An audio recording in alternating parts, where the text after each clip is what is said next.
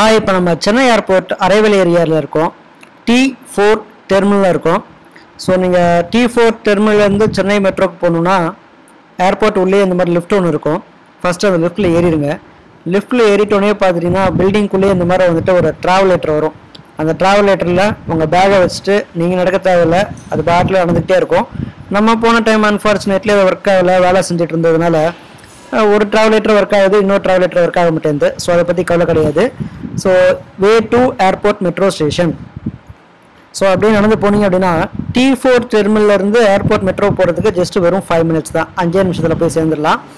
இங்கேருந்து ஃபஸ்ட்டு லேனில் பார்த்துட்டிங்கன்னா கோயம்பேடுக்கு போகிற மெட்ரோ ஸ்டேஷன் வரும். ஸோ இங்கேருந்து நீங்கள் டேரெக்டாக சென்ட்ரலும் போகலாம், ஆனால் இது வந்துட்டு ரொம்ப சுற்றிட்டு போகும். ஸோ நீங்கள் வந்துட்டு டக்குன்னு சென்ட்ரல் போகணும் அப்படின்னா செகண்ட் லைன் போயிருங்க.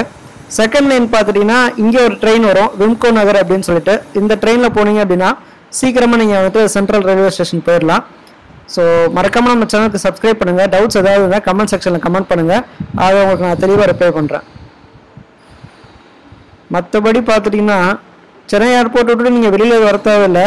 வெளியில் வந்து தான் நீங்கள் சென்னை மெட்ரோ ஸ்டேஷன் பிடிக்கணும் அவசியம் இல்லை. நான் ஃபஸ்ட்டு சொன்ன மாதிரி T4 டெர்மினல் நீங்கள் தரையிறங்கினீங்க அப்படின்னா தயவுசெய்து உள்ளே இருக்க அந்த லிஃப்ட்டை எடுத்துகிட்டு டேரெக்டாக லிஃப்ட்டில் மேலே வந்துட்டு அங்கேருந்து ட்ரெயினை பிடிச்சிருங்க. அப்போ தான் உங்களுக்கு வசதியாக இருக்கும்.